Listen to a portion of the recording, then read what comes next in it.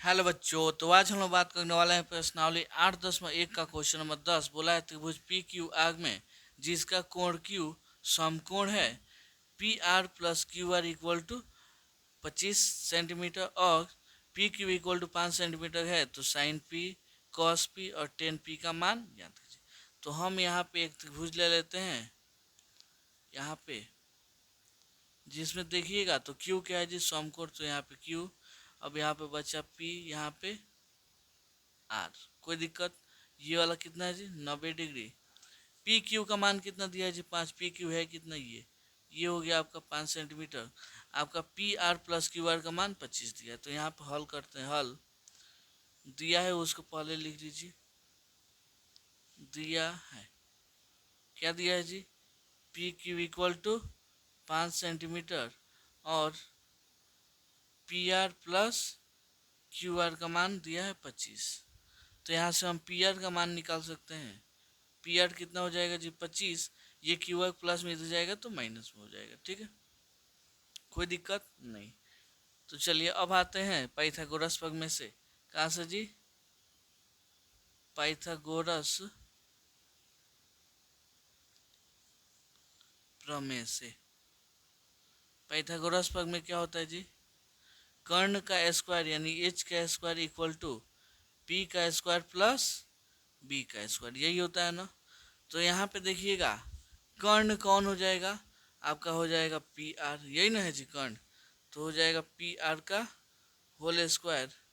यहाँ पे पी का मान ये ले सकते हैं, कितना है जी, पी क्यू।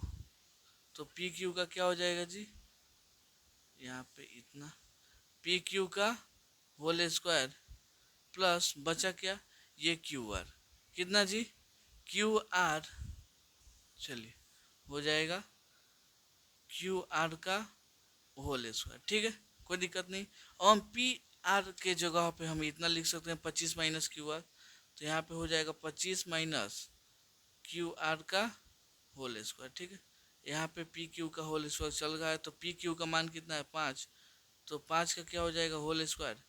यहाँ पे आपका हो जाएगा क्यू आर का होल स्क्वायर। अब आपको फॉर्मूला याद होगा, ए माइनस बी का होल स्क्वायर। फॉर्मूला क्या होता है जी, चूँकि ए माइनस बी का whole square formula A square plus B square minus 2ab, ठीक है।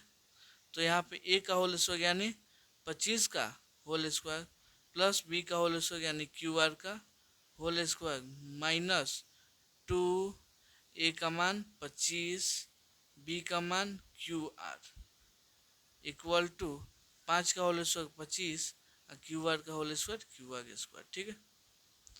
यहाँ पे देखिएगा तो 25 का होल स्क्वायर हो जाएगा 625। यहाँ पे क्यू आर का whole square Q R square, यहाँ पे कितना हो जाएगा जी, 25 दूना 50, 25 दूना 50 क्यू आर। यहाँ पे कितना चल रहा है जी, 25 प्लस क्यू आर स्क्वायर। इधर भी क्यू आर स्क्वायर, इधर भी क्यू आर स्क्वायर, दोनों क्या है जी, प्लस में।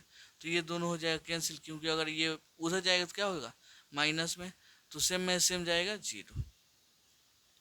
यहाँ पे देखिए 625, तो 625 ये 25 किस में है, प्लस में, इधर आएगा तो माइनस में हो जाएगा। यहाँ पे 50 क्यू आर माइनस में था, इधर जाएगा तो प्लस में हो जाएगा।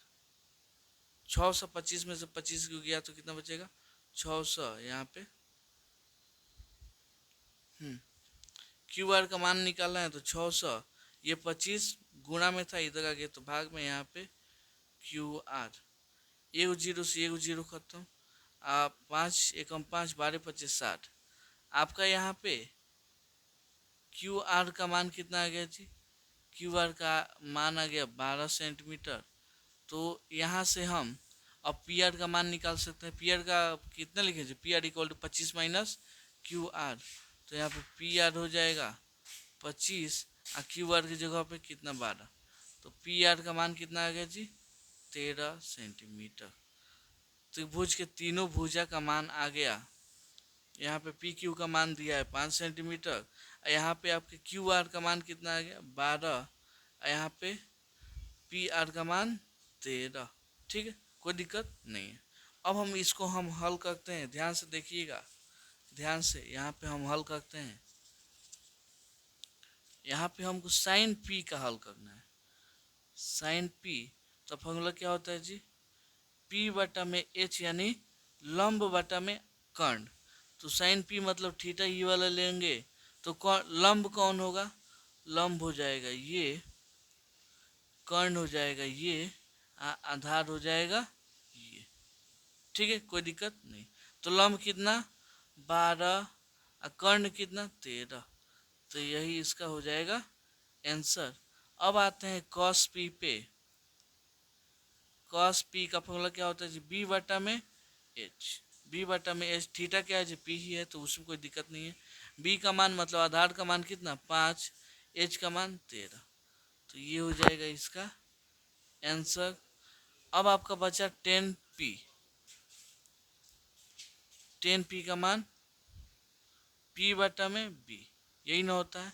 तो यहाँ p का मान 12, b का मान 5, तो हो जाएगा 12 बटा में 5, यही इसका हो जाएगा आंसर। ठीक है, तो इस क्वेश्चन को उम्मीद करता हूँ आपको बहुत अच्छे से समझ में आया होगा। चलिए मिलते हैं अगले वीडियो में अगले क्वेश्चन के लिए, तब तक के लिए धन्यवाद।